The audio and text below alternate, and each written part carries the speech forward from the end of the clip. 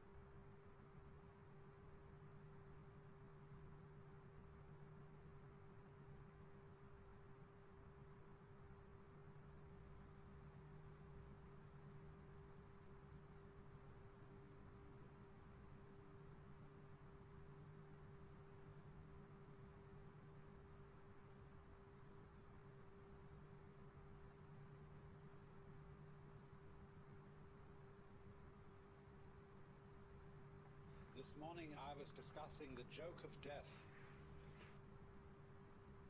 And it's going.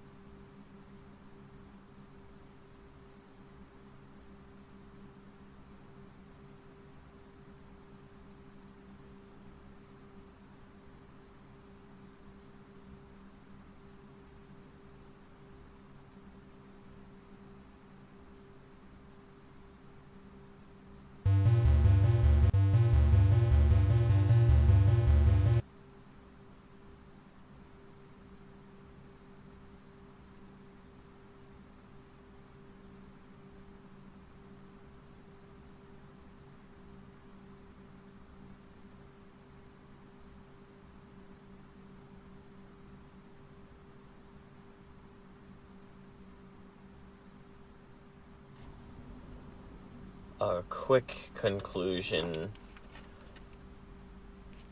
Origin. slice. Essentially, you start here for a relevant conclusion. I've been trying to learn how do I depict, how do I illustrate what's meant by creativity habits or creative lifestyle. How do I correctly represent that for the behalf of my well-being? How does any of us represent the way of life which maintains our well-being, our centered groundedness? So in that question exists the important particle, which is this: if I do not do these actions in the sequence which maintains my clarity, my self presence, my presence decreases, essentially. I'm afflicted in some sense, and at that point it's dumb, because I want to experience the real me. Like, where's the real self? Where's the real me? That's the one I want to experience. That's the one I want others to experience. What is the real you? Is the question koan sense here. So the real you is the one that's accessed with your spontaneous creativity, with your grounded peace self. You can't force it to happen through any means. It will only come forth as an accidental motion which you contain. So I've learned my creative spells, essentially, my creative habituations that allow me to hold that, the one that's inhabiting peace. That's the real you, the one within the peace, the one through which you can see and be seen. You can do gazing and you can behold.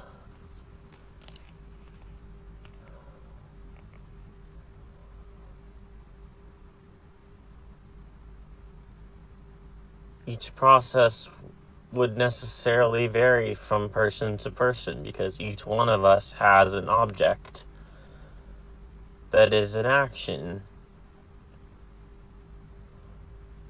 The object is revealed by the action,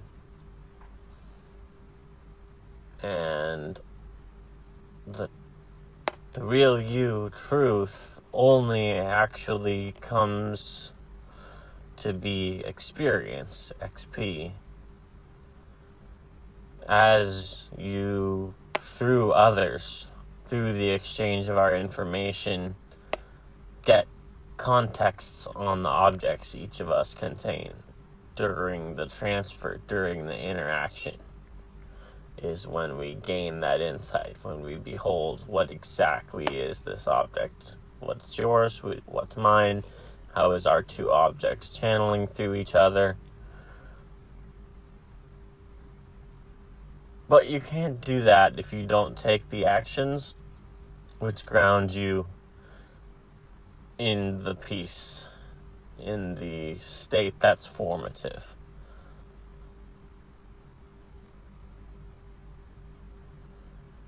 So it's very, very strange how the shipwreck condition is often, it's like the ultra version of the shower thought. It's like, yeah, to stop everything you were doing, just because you're literally stuck right where you are in that shipwreck, and there literally is no other choice.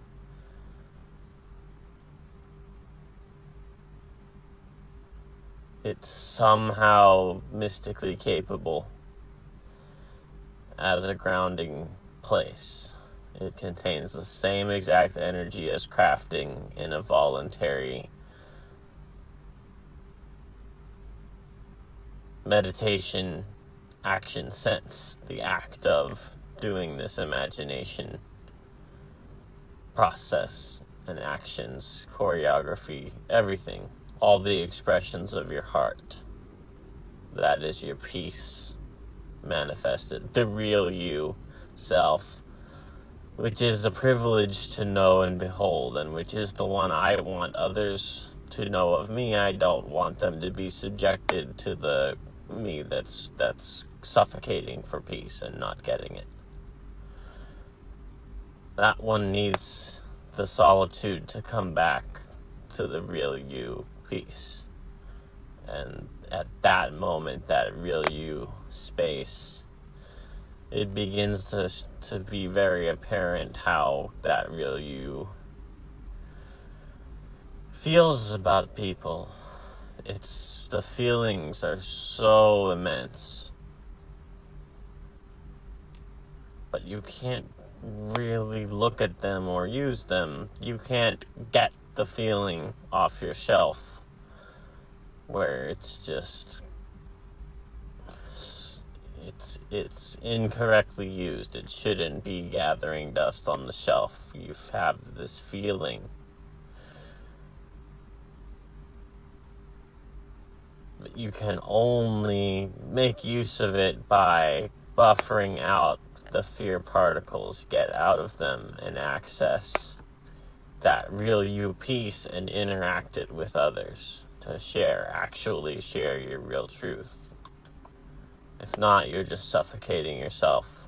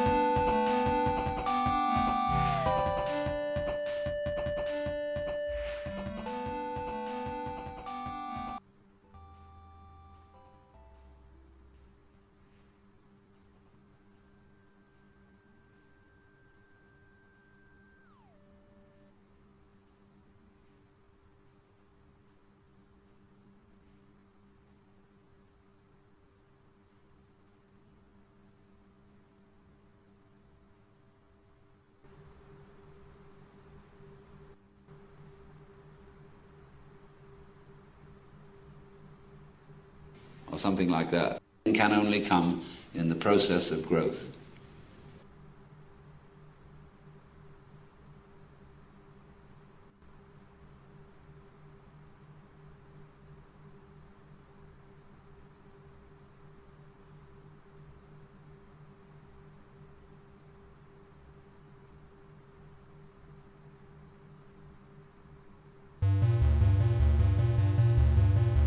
Universe.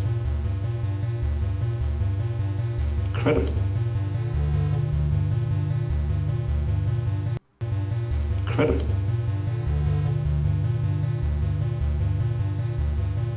I mean, it's all there.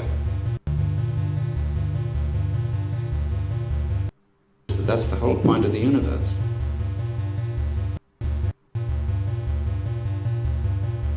That it becomes perfectly obvious that that's the whole point of the universe. Incredible.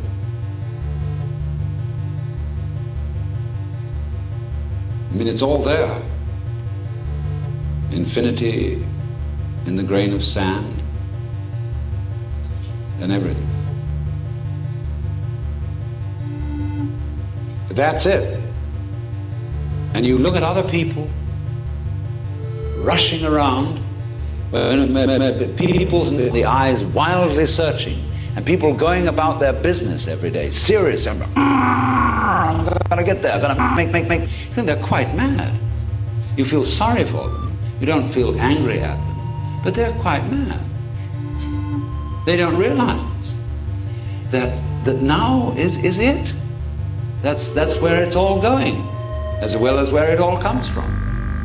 Now is now. And the whole surround of us is completely magic. Now, of course, we become aware that imaginative people are conscious of this. Imaginative people show their consciousness of it. You begin to notice that there are some certain people with whom you either have great accord or great fear because they're not ordinary, because they have an atmosphere of magic. They have imagination, and they're not hiding under an attempt to conform to the ideal of being ordinary. And the artistic people are here. There are also people you can call relaxed people, relaxed society. There's a very wonderful class of people. Time, and you flamer, know what I mean? But and there are people like that too, you see. And all these are the great spontaneous virtues. See, or something like that. I mean, none of it works. It's all phony. Because this thing can only come in the process of growth.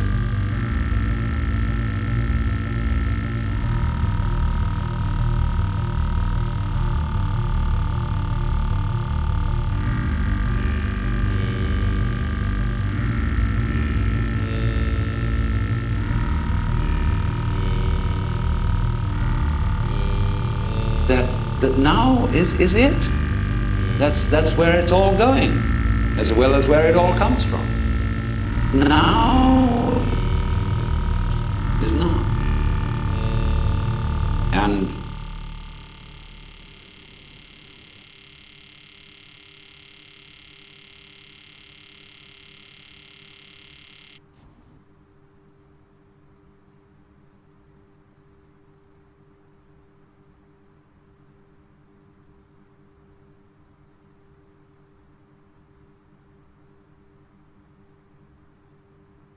or something like that. I mean, none of it works. It's all phony. Because this thing can only come in the process of growth. So you say, well, do I have to wait? But the whole thing is in the waiting. I don't mean the virtue of patience. I mean waiting when there is nothing to do but wait. And when you see there is nothing to do but wait, then it happens. But it won't be hurried. Because the minute you're trying to hurry it, that introduces the one thing that stops it.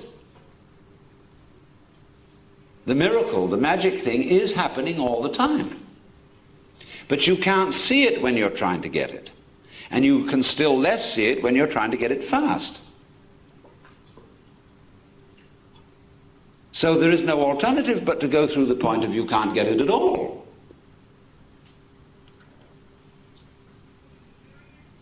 You are going to be you. The same slob you've always been. See? You can't change it. And all your good resolutions are just bombast. And then you start to be real.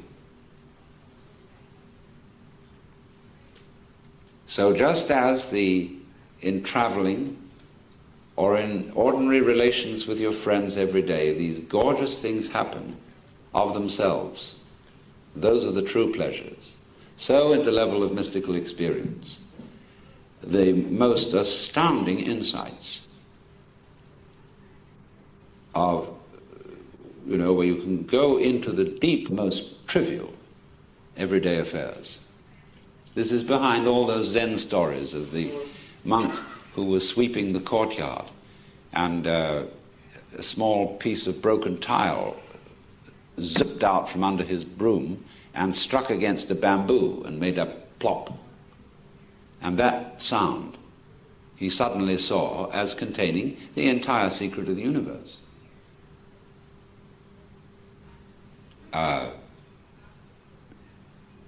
One can do it from anything.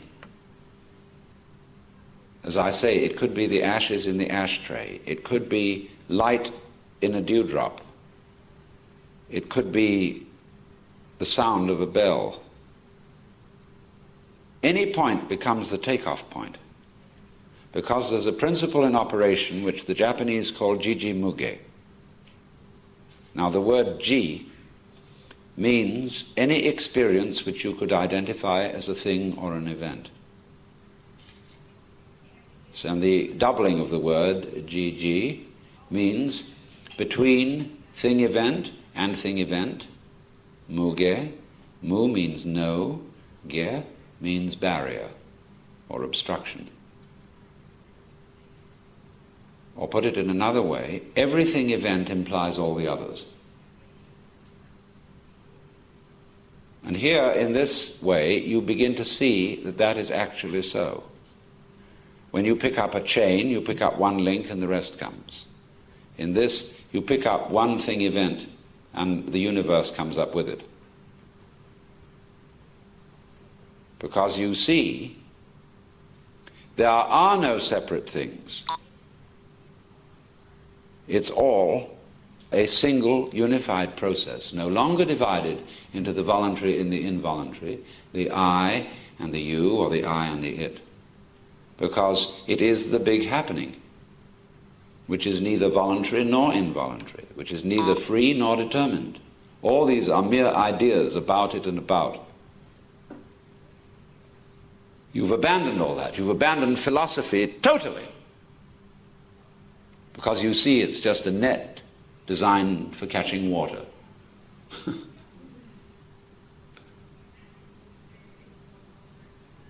And when all that's gone and that whole attempt to clutch life, to capture the pleasure, has disintegrated, there it is. And you needn't feel anxious about, will it stay? It's a gorgeous thing to feel you've no longer got to worry whether it will stick around. Because you know that if you do worry, you'll shoo it away. So it's a tremendous relief, you see, not to have to bother with, will it stick around? Will I lose my insight? Will my Satori take wing and go off with the bats? You used to forget it. Because the more you let go of it, the more it stays. And you don't even have to worry about, will you be sure to let go of it? Because that too is a hang-up.